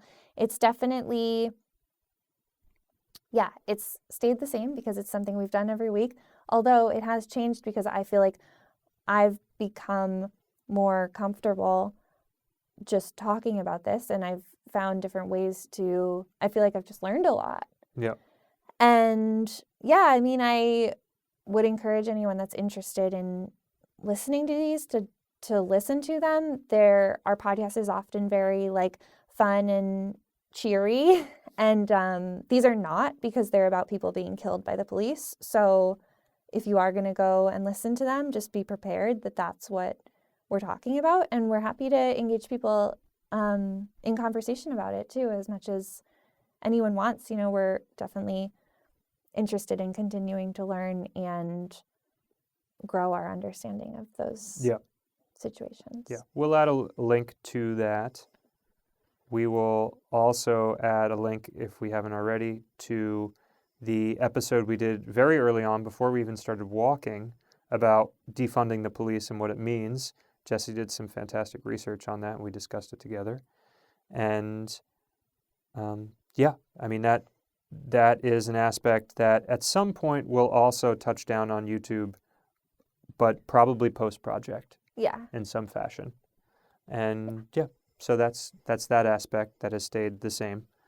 Number 3 is the coronavirus, which we didn't expect would last this long when we started the project, I think. No, we first of all, when we planned the project, didn't think there'd be a pandemic. Then when there was a pandemic, we were like, all right, maybe this will be over in a little bit and we can start. And then it wasn't going to be over before we started. And then we started and thought, okay, well, maybe this will last for like, I don't know, the first half. And then the second half, we'll be able to do all the stuff that we thought we could do. And obviously that's not the case. And it turns out by what's being predicted right now that maybe right around the time that we finish our project will be when things sort of start stopping. Yeah. I mean, it is was completely unanticipated when we were planning the project that this was going to be a thing, obviously. And it will end up being one of the dominant themes of the project. People, Yeah. we will certainly, anytime people ask us what we were doing during the coronavirus, we'll have a particularly unusual response for them. And I think that people looking back on this time period will see that this project was a major experience of it. So, yeah. And it has colored our every interaction with every person. People watching this right now, people on the street, it has not changed at all. I mean, I guess our all collective understanding of it has changed in really interesting ways as we become familiar with the idea of everybody wearing a mask and familiar with the idea of like the specter of death around our lives and not being blown away with 500,000 people dying. But, it, as far as its presence, it has not gone away. Yeah, no, it's very much still happening. On a rainy day, I just tuck a dry mask into my pocket so that I can replace it halfway through the day. Like, these little things that, didn't expect to be, and now are just now it's like, it's going to be weird to stop doing these things. It's been so long. Yeah. Number 4, things that have stayed the same, are clothing. We are now entering our spring season, which will actually be the re-premiere of our spring clothing. Yeah. We premiered our clothing on a live stream video a year ago. I don't know what the exact day is, but pretty close. Yeah, it might have been almost we exactly can link to a year it. ago. We can link to... No, I think it was on the day that we were going to have an event. It was the 13th or the 14th. Okay, so more than a year ago. We can link to that video. We can also link to the premiere trailer of it. And we've been able to largely maintain, I mean, I only say largely because in the winter in particular, we were not doing the one uniform a day as much. We had all the clothing at our disposal. We were using all of the clothing. However, particularly when it was really, really cold or really snowy, we prioritized functionality over the idea of wearing one of the different 5 outfits each day of the week. Yeah, like for example, there were a couple weeks where it was like snow every day, and I tried to wear some light pink sweatpants, or like, you even call it like a sweatsuit. Yeah. And they immediately, just like, even though it wasn't snowing that day, from the dirty snow, like the whole bottoms got all stained, and I just, even though that is kind of interesting, maybe, like to see how the clothes deteriorate from walking in them, it wasn't really a thing for summer and fall. Yeah. Like my clothes didn't really deteriorate wearing them 15 times.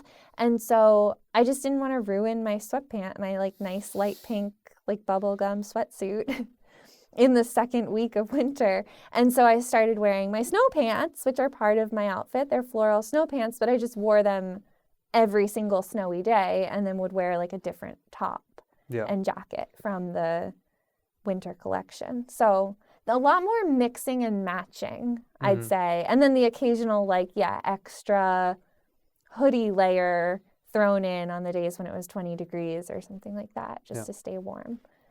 But the clothing... But other than that, the clothes have stayed the same, and it's actually kind of incredible. I feel like there's a lot of clothes that I picked because of the function, like the tier system, right?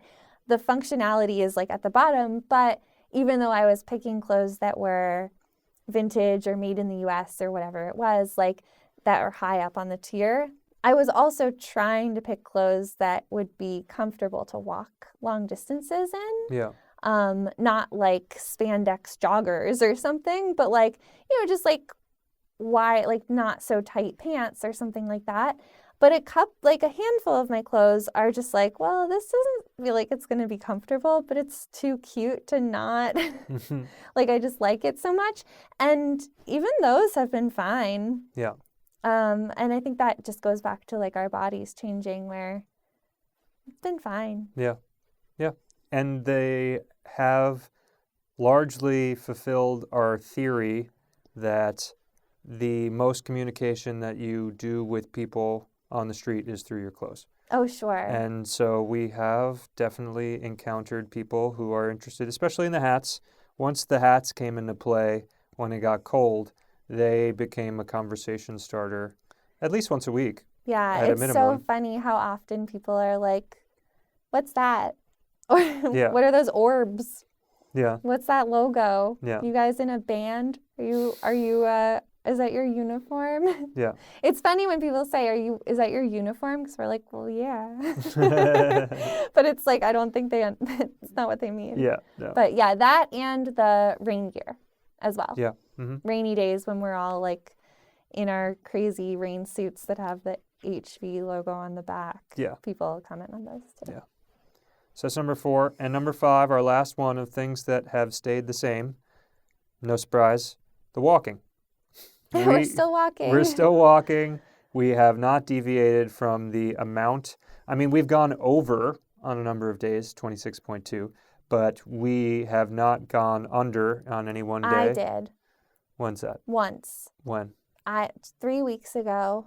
What's that? 3 weeks ago, I missed a walking day. 3 weeks ago, and I think everybody's familiar with this, we don't talk about it explicitly because what we consider to be the minimum viable product, the minimum threshold for this project, is that one of us walk a marathon 5 days a week. Oh, that's true. We have never missed that. I have walked all 5 days every week so far. Yes. Fortunately, I have not been incapacitated in any way, which was the reason why we made it so that the minimum viable product was that one of us walked, just in case something like that happened. Just in case one of us got sick or something. And so Jessie, she walks 3 days a week because she's also running a dye studio the other 4 days a week. And yes, so she missed one day 3 weeks ago. Yeah, I got really overwhelmed with the deadline and thought I'd still be able to do it all. Turns out I couldn't. And yeah, I felt really bad about it. I felt like I'd committed to do this thing and I had to make that choice. I could have not made that choice, but it would have meant that I was going to fail pretty severely at my other job, my job. This isn't a job, but at the other thing I'm doing, the other thing I'm committed to. And yeah, I didn't feel good about that, but I needed to. I needed to for the other commitment I had made. And yeah, that's why I ended up walking an extra day this week by myself to That's make right. up for it. So I did 4 days this week. Yeah. So ultimately, the obligation that Jessie set out for herself and that we agreed to on the project, which was for her to do 3 walking days on any walk week, was fulfilled. It was just deferred. Yeah. And so, I don't consider that to be somehow lessened in any way. She did the route, which was the Writers of Manhattan week. She did that by herself on Monday. And this was her first week of walking 4 days. Yeah.